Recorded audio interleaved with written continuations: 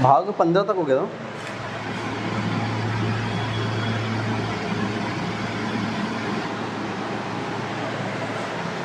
तीन सौ 24 में एक निष्पक्ष एवं स्वतंत्र निर्वाचन आयोग हुआ, इलेक्शन कमीशन ऑफ इंडिया होगी, जिसमें एक मेंबर होगा जो चीफ इलेक्शन कमिश्नर होगा। मुख्य निर्वाचन अधिकारी 2 अदर मेंबर्स होंगे। कार्यकाल 6 वर्ष होगा इनका, ये भी लिखवा दिया होगा हमने आपको, ठीक है। और 325 में था इलेक्टोरल रोल, निर्वाचन नामावली, कि आप किसी भी इंसान को धर्म, जाति, लिंग, मूलभूत जन्मस्थान के आधार पर वोटर लिस्ट में निर्वाचन नामावली नाम दर्ज कराने से नहीं रोक सकते। और 326 में था एडल्ट वोट राइट, वयस्क मताधिकार, जिसकी उम्र कितनी है 18, पहले कितनी थी 21। और ये बदलाव कब किया गया? 61वें संविधान संशोधन 1989 में, 1989 नहीं 1989 है ना उसमें। नेक्स्ट देखते हैं भाग नंबर 16। भाग 16 में क्या है? विशेष वर्गों के लिए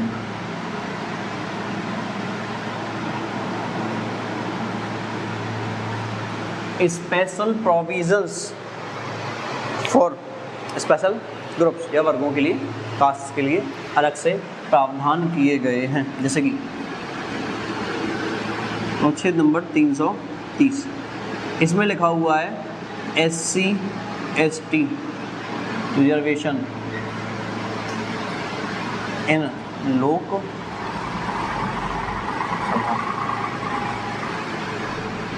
लोकसभा में SC ST को आरक्षण, ठीक है, लोकसभा में SC ST को आरक्षण दिया। 34 है ना। नेक्स्ट आता है अनुच्छेद नंबर 331। 331 में क्या है? 2 एंग्लो इंडियन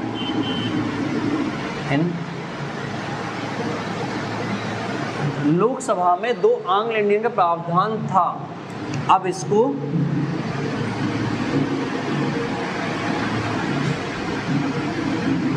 निरस्त कर दिया गया। ओके,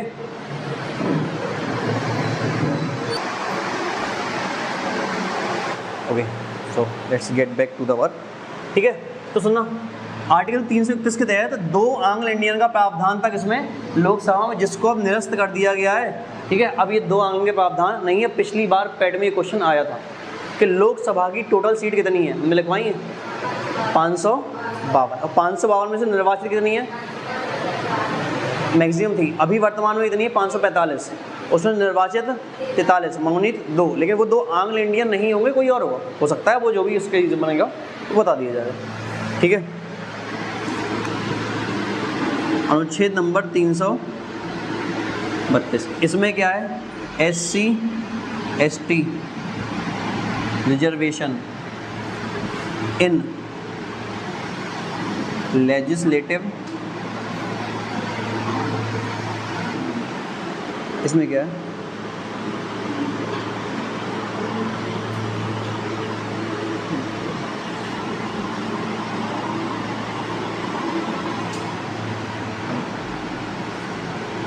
ऊपर लोकसभा में आरक्षण, नीचे विधानसभा। भाई सेंट्रल में दिया गया, ये स्टेट में दिया गया। भाई लोकसभा कहाँ होता है? सेंट्रल में, केंद्र में होता है। और राज्यसभा, सॉरी, विधानसभाएं कहाँ होती हैं?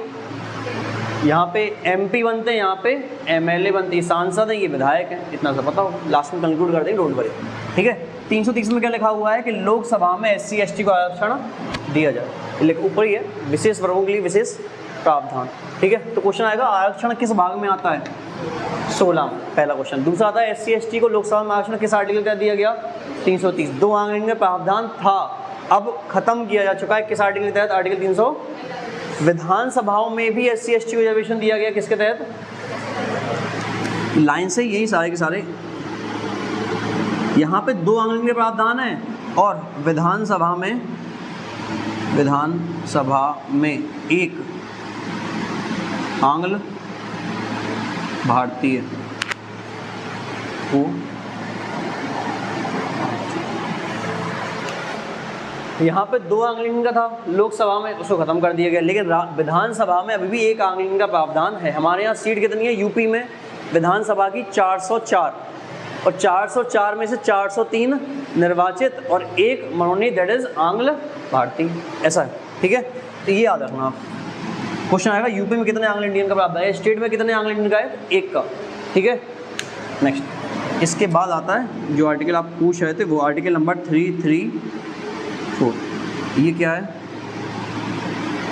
आरक्षण की अवधि। और आरक्षण की अवधि कितनी है? 10, और इसको अभी फिलहाल में फिर से बढ़ा दिया गया है 2030 तक के लिए।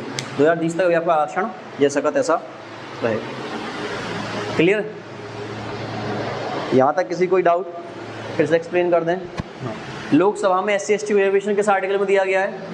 330 में। 2 आंग्ल इंडियन का प्रावधान किसके तहत था? 331 के तहत। अब ये खत्म कर 104 में संविधान संशोधन के तहत खत्म कर दिया गया है।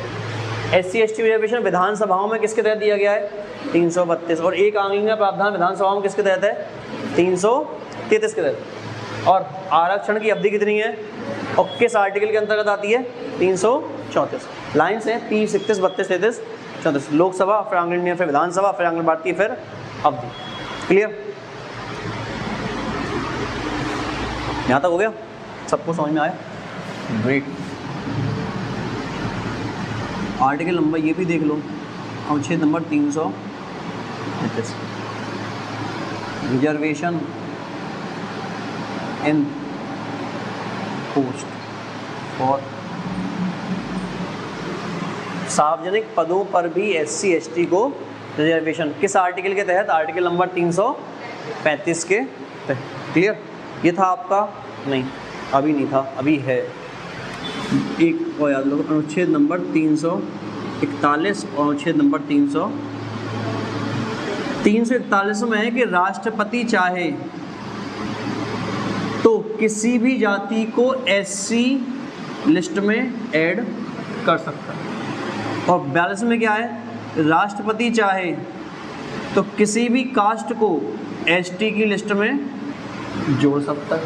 ये किसके तहत है? आर्टिकल नंबर 341 और 300 शॉर्ट में लिख दिया हमने, तो आप थोड़ा समझ जाए कि टाइम वैसे भी कम। ठीक है, क्या बोला हमने? आर्टिकल 341 के तहत राष्ट्रपति चाहे तो किसी भी जाति को, किसी भी कास्ट को SC की लिस्ट में ऐड कर सकता है। किसकी परमिशन से या किससे सलाह लेके? गवर्नर से, पहला।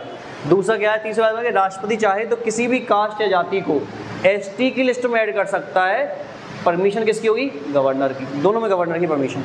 ठीक है, समझ आया? ये था भाग नंबर 16। आर्टिकल 330 क्या है? लोकसभा में SC ST को आरक्षण, लोकसभा में। ठीक है। 331 क्या है? 2 आंग्ल का प्रावधान था, अब इसको निरस्त कर दिया गया, अब 2 आंग्ल का प्रावधान नहीं है। 332 में क्या है? विधानसभा में SC ST को आरक्षण। 333 में क्या है? 1 आंग्ल इंडियन का प्रावधान विधानसभा में। अपने यहाँ पे भी 404 सीटें, 403 निर्वाचित हैं और 1 आंग्ल इंडियन का प्रावधान। 334 में क्या है? आरक्षण की अवधि जो कितनी है? 10 वर्ष। 335 में क्या है? कि जो पोस्ट हैं, पद हैं, उनमें भी आरक्षण दिया जाएगा SC और ST को। ये किस में लिखा है? आर्टिकल नंबर 335 में। इसके अलावा 300 किस आर्टिकल में ऐसा लिखा हुआ है कि राष्ट्रपति चाहे तो किसी भी जाति को SC की लिस्ट में ऐड कर सकता है? 41 में। और किसी भी जाति को ST की लिस्ट में ऐड कर सकता है? या ये अधिकार किसके पास है SC ST की लिस्ट में ऐड करने का? राष्ट्रपति के पास। क्लियर है यहाँ तक? नेक्स्ट ये हो गया। फोटो वोटो लेनी ले लो।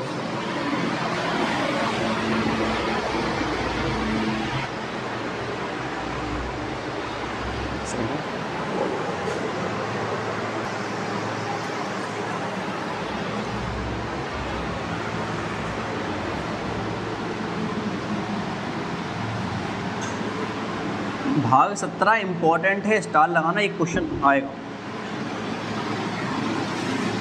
भाग 17 में क्या है? भाषाएं। और ये सीटेट में तो पिछली बार इतनी बार पूछा गया है। देखो नेक्स्ट देखोगे भाग नंबर 17, इसमें क्या है? लैंग्वेज। ठीक है, अनुच्छेद नंबर इंपॉर्टेंट है 300। इसमें क्या लिखा हुआ है? इसमें लिखा हुआ है the language of the union shall be Hindi and the script shall be Devanagari. मतलब संघ की जो भाषा है, राजभाषा जो है, ऑफिशियल लैंग्वेज जो है वो कौन सी होगी? हिंदी, और लिपि कौन सी होगी? देवनागरी। इसमें लिखा है संघ की राजभाषा हिंदी होगी और लिपि देवनागरी, है ना। The official language of the union shall be Hindi and script shall be Devanagari. याद रखना कौन सी। तो हिंदी कैसी भाषा है?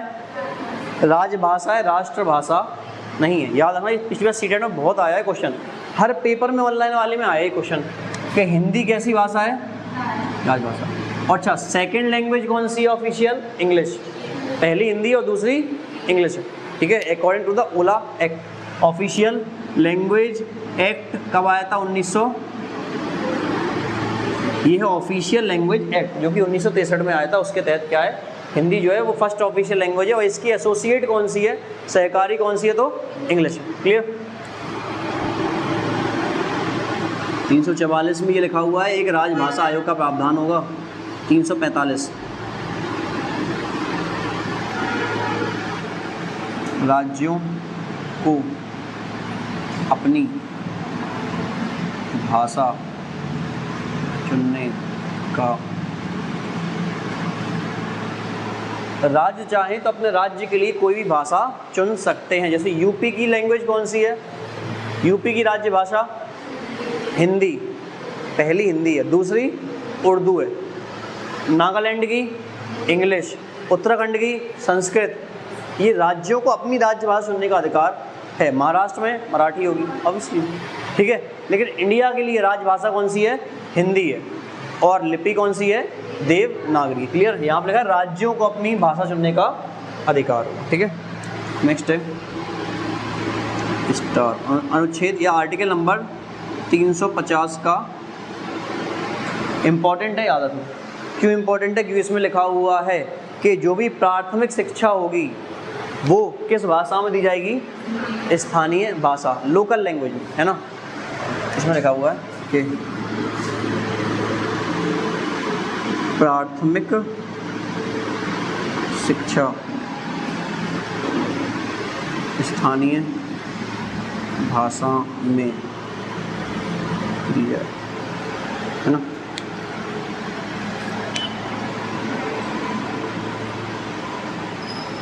प्राइमरी एजुकेशन किसमें हो? लोकल। अब तो वो बुंदेलखंड के तो सिखाई जाएगी मराठी छोटे में, तो क्या ही पल्ले पड़ेगा, है ना। तो जो प्राइमरी एजुकेशन है वो किस भाषा में होगी? स्थानीय भाषा। बुंदेलखंडी को बुंदेलखंडी में सिखा दो आप, महाराष्ट्र तो मराठी में सिखा दो आप, ठीक है। ऐसा हो। और बस नहीं थी, ये 3 याद रखना आप मेरे लिए। नेक्स्ट ये भी इम्पोर्टेंट है, भाग नंबर 18। इसमें क्या है? इमरजेंसी या आपातकाल। पहले तो ये समझ में आया, क्वेश्चन आएगा सीधा कि भाषाएं किस भाग में? पहला क्वेश्चन 17 में हिंदी की राजभाषा कौन सी है? पहली इंडिया की संघ की राजभाषा कौन सी है? हिंदी। और सेकंड या एसोसिएटेड ऑफिशियल लैंग्वेज कौन सी है? इंग्लिश। और लिपि कौन सी है? देवनागरी। किस आर्टिकल के तहत हिंदी को राजभाषा बताया गया है? आर्टिकल 343 के तहत, ठीक है। हिंदी कैसी भाषा है? राष्ट्रभाषा, राजभाषा। क्या वो कब बोला? अरे वो उसमें ये बोला था हमने कि वो बैच के टाइम शिफ्ट करेंगे तो ऐसा कर देंगे, तब से हो जाएगा। आया, ठीक है। ऐसा नेक्स्ट ऑफिशियल लैंग्वेज एक्ट कब आया था? 1963 में। इसी के तहत हिंदी को फिर बनाया गया भाषा बाद में, ठीक है। राज्यों को अपनी भाषा चुनने का अधिकार किस आर्टिकल में? 345। प्राथमिक शिक्षा जो है वो स्थानीय भाषा लोकल लैंग्वेज में दी जाएगी, किस आर्टिकल में लिखा हुआ है? 350 के का में, ठीक है। और 351 में लिखा है this is the duty of state to develop Hindi language, राज्यों को हिंदी भाषा के विकास के लिए प्रावधान। ठीक है, आते हैं किस पे, इमरजेंसी पे। ठीक है, अनुच्छेद नंबर 352, इसमें क्या है, राष्ट्रीय आपात, नेशनल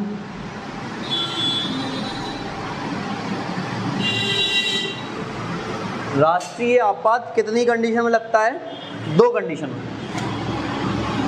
वो 2 कंडीशन कौन कौन सी हैं, तो पहली है या तो विद्रोह हो जाए या कोई अदर कंट्री हम पे अटैक कर दे, या तो कोई बाहरी आक्रमण हो जाए हम पे, या फिर हमारे देश के अंदर ही क्या हो जाए, सशस्त्र विद्रोह हो जाए। मतलब वेपन लेके आ गए तुम लोग, लाठी वाठी से कुछ नहीं होगा, बंदूक तलवार लेके आओ तो ठीक है, ऐसा होगा। तो इन 2 कंडीशन में किसकी घोषणा कर सकता है, राष्ट्रपति। अच्छा, ये तीनों ही शक्तियाँ किसकी हैं, राष्ट्रपति की हैं। राष्ट्रीय आपात लगाने की भी राष्ट्रपति की, राष्ट्रपति शासन लगाने की भी राष्ट्रपति की, और वित्तीय आपात लगाने की भी राष्ट्रपति की। तो क्वेश्चन आएगा राष्ट्रीय आपात किस आर्टिकल में, 352। कौन कौन सी कंडीशन होती है राष्ट्रीय आपात लग सकता है, या तो देश के अंदर विद वेपन विद्रोह स्टार्ट हो जाए, या फिर कोई बाहरी देश हम पे हमला कर दे। और अभी तक कितनी बार लगा है राष्ट्रीय आपात, 3 बार। कब कब, 1962, 1971 और 1900, सिर्फ 3 बार राष्ट्रीय आपात लगा है। इंडो चाइना वार, पाकिस्तान के साथ हुआ था वो, और जब इंटरनल डिस्टर्बेंस, आंतरिक अशांति की वजह से लगा। क्लियर, यहाँ तक। नेक्स्ट देखो, अनुच्छेद नंबर 356, इसमें क्या है, राष्ट्रपति, इसमें बड़ा कन्फ्यूजन होता है, राष्ट्रीय आपात है ये राष्ट्रपति, वो नेशनल इमरजेंसी है ये प्रेसिडेंट्स रूल है। ये सेंट्रल पे लगता है, केंद्र पे लगता है, और ये राज्य में लगता है।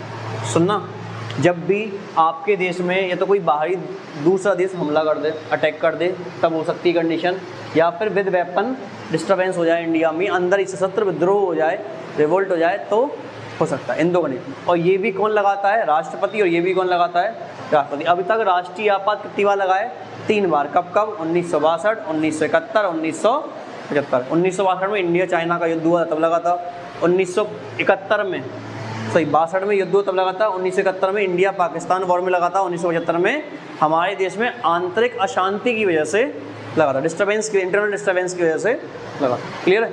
राष्ट्रपति शासन क्या होता है, जब किसी राज्य की सरकार संवैधानिक रूप से सरकार चलाने में विफल हो जाती है, जब किसी कोई स्टेट गवर्नमेंट सत्ता नहीं चला पा रही है, ठीक है, उस टाइम पे गवर्नर एक लेटर सौंपता है किसको, राष्ट्रपतियों के राज्य की गवर्नमेंट जो है वो सही से सरकार नहीं चला पा रही है, तो उस टाइम पे राष्ट्रपति क्या लगा देता है, लगा सकता है राष्ट्रपति शासन। अच्छा, नाम क्या है, राष्ट्रपति शासन। किसकी परमिशन से लगेगा, लेकिन रूल कौन करता है, राज्यपाल। रूल कौन करता है, राज्यपाल करता है। समझ में आया। कितनी बार लगा है, बहुत बार, 130 से भी ज़्यादा बार। ठीक है, सबसे ज़्यादा बार कहाँ लगा, राष्ट्रपति शासन सबसे ज़्यादा कहाँ लगा है, रिसेंटली कहाँ लगा था, 2002 कल्याण सिंह के समय। ठीक है, यहाँ तक कोई दिक्कत परेशानी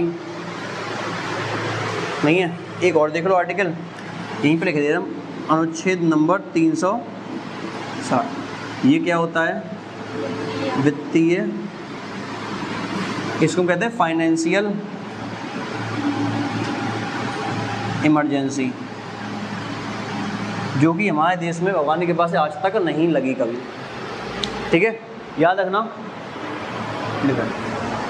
आपातकाल, पहली बात तो आपातकाल कहाँ से लिए गए हैं, इमरजेंसी कहाँ से ली गई है, जर्मनी से। कहाँ से ली गई है, जर्मनी से, है ना। कितने टाइप की इमरजेंसी लगती है, 3। कौन कौन सी, राष्ट्रीय नेशनल इमरजेंसी, प्रेसिडेंट्स रूल और फाइनेंशियल इमरजेंसी। राष्ट्रीय आपात किसके तहत? 352, राष्ट्रपति शासन 356 और वित्तीय आपात 360। तीनों ही कौन लगाता है? राष्ट्रपति। अभी तक राष्ट्रीय आपात कितनी बार लगाए? 3 बार। कब कब? 1962, 1971, 1900। कंडीशन क्या होती है राष्ट्रीय आपात नेशनल इमरजेंसी की? 2, या तो इंडिया में या किसी देश में अंदर ही क्या हो जाए? विद वेपन रिवोल्ट हो जाए, सशस्त्र विद्रोह हो जाए, या फिर कोई बाहरी देश हम पे हमला कर दे, तो ये क्या लगता है? राष्ट्रीय आपात। राष्ट्रपति शासन कब लगता है? जब किसी स्टेट की गवर्नमेंट जो है वो कॉन्स्टिट्यूशनली मतलब संविधान के हिसाब से सरकार चलाने में विफल हो जाती है, फेल हो जाती है। उस टाइम पे गवर्नर किसकी परमिशन से? राष्ट्रपति की परमिशन से राज्य स्टेट में गवर्नमेंट चला सकता है, रूल कर सकता है। दैट इज नोन एज राष्ट्रपति शासन। फाइनेंशियल इमरजेंसी हमारे यहाँ आज तक कभी नहीं लगी, ठीक है। पैसे की कमी नहीं, बहुत पैसा हमारे पास, मिलता नहीं तो बात अलग है, गवर्नमेंट जॉब नहीं देती बात अलग है बहुत। यहाँ तक किसी कोई दिक्कत नहीं है? Okay good. ओके, भाग 19 में मिसलेनियस आता है। मिसलेनियस मतलब होता है कि जहाँ पे कोई आर्टिकल रखने की जगह नहीं मिली वहाँ पे हमने उसको हम उठाया किस आर्टिकल रख दिया। जैसे कि हमने एक बताया था आपको जब हम फंडामेंटल राइट्स पढ़ा रहे थे कि राष्ट्रपति की कोई गिरफ्तारी नहीं की जा सकती, आर्टिकल 361 के तहत वो किस में रखा गया है? क्यों? क्योंकि वही राष्ट्रपति है, एक बार सजा हटाना, महाभियोग लगाना है, दैट्स ऑल, ठीक है। फिर आता है भाग 20, इंपॉर्टेंट है। संविधान संशोधन की प्रक्रिया कहाँ से ली गई है? साउथ अफ्रीका से। किस भाग में आती है? 20। किस आर्टिकल में आता है? या फिर कौन चाहे तो संविधान में संशोधन या बदलाव या जोड़ना या हटाना कर सकता है? संसद कर सकता है। ये किस में आता है? इसमें। 21 में क्या है? अस्थायी उपबंध, कुछ टेम्परेरी प्रोविजंस किए गए थे जैसे कि जम्मू कश्मीर के लिए 370 के तहत, अब उसको भी हटा दिया गया। और आर्टिकल नंबर पार्ट 22 में, पार्ट 22 में भाग 22 में क्या लिखा है? संक्षिप्त नाम और अनुबंध। वो क्या है कि भाई जैसे हमारे संविधान का नाम क्या होगा? The constitution of India. 15 article जो है वो कब से लागू हो गए थे? 26 नवंबर 1949। और रेस्ट ऑफ द आर्टिकल कब से लागू हुए थे? 26 जनवरी 1985। इसीलिए हम संविधान दिवस कब मनाते हैं? 26 नवंबर। और गणतंत्र दिवस कब मनाते हैं? 26 जनवरी। क्लियर है? और जब तक कि हमारा संविधान बन के तैयार नहीं हो गया तब तक हमारा देश किसके तहत चलाया गया? 1935 के भारत शासन गवर्नमेंट ऑफ इंडिया एक्ट 1935 के तहत। यहाँ तक था आपका पूरा संविधान। अब आपको कोई डाउट हो अगर कि कुछ चीज़ रह गई हो तो बता दो आप हमें, अदरवाइज नेक्स्ट सब्जेक्ट स्टार्ट करेंगे। लिसन, बाकी चीज़ें आपको इसके पहले कॉन्स्टिट्यूशन डेवलपमेंट वाली याद करनी है। संविधान सभा का निर्माण किसके तहत करवाया गया? संविधान सभा का गठन किसके तहत करवाया गया था? संविधान सभा कॉन्स्टिट्यूएंट असेंबली कैबिनेट मिशन के तहत। कैबिनेट मिशन भारत कब आया था? 1946। कैबिनेट संविधान सभा में कितनी सीटें थी? 389। उसमें से देश ब्रिटिश प्रांतों से कितनी थी? 292। ब्रिटिश कमिश्नरियों से 4 और 93 किससे थी? देसी रियासतों से, प्रिंसली स्टेट्स से, ठीक है। इलेक्शन कितनी सीटों पे हुए थे? 296, 296, जिसमें से 208 कौन जीता था? कांग्रेस, और 15 अदर और 73 मुस्लिम लीग। तो सरकार किसने आई थी? कांग्रेस ने। उस सरकार को क्या कहा गया था? इंटरिम गवर्नमेंट, अंतरिम सरकार। उस सरकार के अध्यक्ष कौन थे? बेबेल, लॉर्ड बेबेल, सेकेंड लास्ट वायसराय भी रहे आपके वही। उपाध्यक्ष कौन थे? पंडित जवाहरलाल। उसमें कुछ समितियां बनाई गई थी, जैसे कि हम बता रहे प्रारूप समिति के अध्यक्ष कौन थे? डॉक्टर भीमराव अंबेडकर। इसलिए संविधान का जनक भी किसको माना जाता है? डॉक्टर भीमराव। इतने क्वेश्चन आप जितना बताओ उतने भी याद होंगे तो आपको काम कहीं ना कहीं हेल्प मिल जाएगी, ठीक है। संघ शक्ति समिति के पंडित जवाहरलाल नेहरू, संघ संविधान समिति के पंडित जवाहरलाल नेहरू, राज्य समिति के पंडित जवाहरलाल नेहरू, प्रांत समिति के सरदार वल्लभ भाई पटेल, अल्पसंख्यक समिति के सरदार वल्लभ भाई पटेल, मौलिक अधिकारों की समिति के सरदार वल्लभ भाई पटेल, विधि प्रक्रिया समिति के डॉक्टर राजेंद्र प्रसाद, झंडा समिति के JB कृपलानी, और तदर्थ झंडा समिति के डॉक्टर राजेंद्र प्रसाद। तदर्थ मतलब टेम्परेरी, तो टेम्परेरी अध्यक्ष कौन थे झंडा समिति के? राजेंद्र प्रसाद। परमानेंट कौन थे? JB कृपलानी। क्लियर है? ओके। सिटीजनशिप कहाँ से ली है हमने? ब्रिटेन से। इंग्लैंड या ब्रिटेन या US तीनों में से कुछ भी आ जाएगा, आप तीनों लगा देना, फिर कोई इशू नहीं, ठीक है। नेक्स्ट कितने फंडामेंटल राइट्स थे हमारे पास मूल संविधान में, ओरिजिनल संविधान में? 7। अभी प्रेजेंट में कितने हैं? 6। कौन सा हटाया गया है? संपत्ति का अधिकार, राइट टू प्रॉपर्टी हटाया गया है। अब किस आर्टिकल में आता है राइट टू प्रॉपर्टी? 300 के ए में, 300 के का में। क्लियर है यहाँ तक? 6 मौलिक अधिकार लाइन से कौन कौन से हैं? समानता का, स्वतंत्रता का, शोषण के विरुद्ध अधिकार, धार्मिक स्वतंत्रता का, शैक्षणिक एवं सांस्कृतिक और संवैधानिक उपचार। इंग्लिश में right to equality, right to freedom, right against exploitation, right to freedom of religion, educational and cultural right और कॉन्स्टिट्यूशनल रेमेडीज। ये हैं। समानता का अधिकार कहाँ से कहाँ तक है? 14 से 18। स्वतंत्रता का 19 से 22।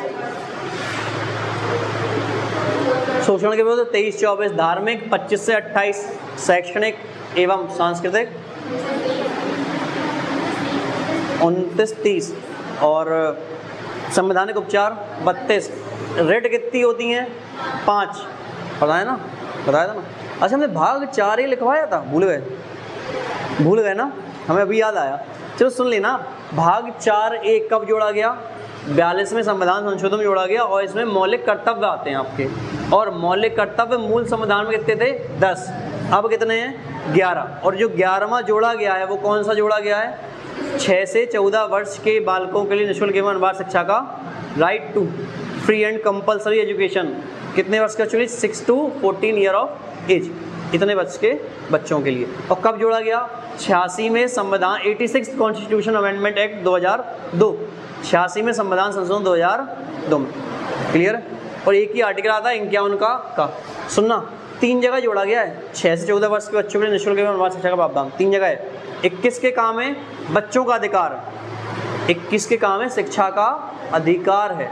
आर्टिकल नंबर 45 में राज्य की जिम्मेदारी है भाई कि स्कूल मुहैया करवाए ताकि आप पढ़ पाओ। और 51 के ए में गार्जियंस की ड्यूटी है कि अपने बच्चों को स्कूल भेजें। तो अधिकार का क्वेश्चन आएगा तो 21 का ही होगा, भले ही 45 और 51 का ए भी ऑप्शन में हो, क्योंकि मौलिक अधिकार तो वहीं आएंगे ना अधिकार वाले में। तो शिक्षा का अधिकार कहाँ आता है? 21 के ए में, 21 के काम है। कब जोड़ा गया? 86 में संविधान संशोधन 2000। क्लियर? ये कुछ इंपॉर्टेंट क्वेश्चंस थे। यहाँ पे आकर संविधान खत्म होता है। अब आपको कोई डाउट हो तो पूछ लो। और आप मेनली यही संविधान संशोधन पढ़ लेना, पूरे का तो टाइम भी नहीं है याद करने का कि जो इसमें है। जैसे कि अनुसूची जुड़ गई थी, पहली में 52 में 73 और 74 में। ठीक है, ये होगा 4। 42वां और 44वां संविधान संशोधन हो गया। ठीक है आपका। और 69 हो गया, 61 व्यस्क मताधिकार वाला 61वां। ठीक है। और इसके अलावा आपका 86वां संविधान संशोधन हो गया ये। ठीक है। 69 में वो है कि दिल्ली और पौंडीचेरी में जो है 70वां विधानसभाओं का प्रावधान करवाया गया है वो। ठीक है। ये कुछ आर्टिकल याद कर लें तो सही संविधान संशोधन तो आपका काम हो जाए। ठीक है। Thank you.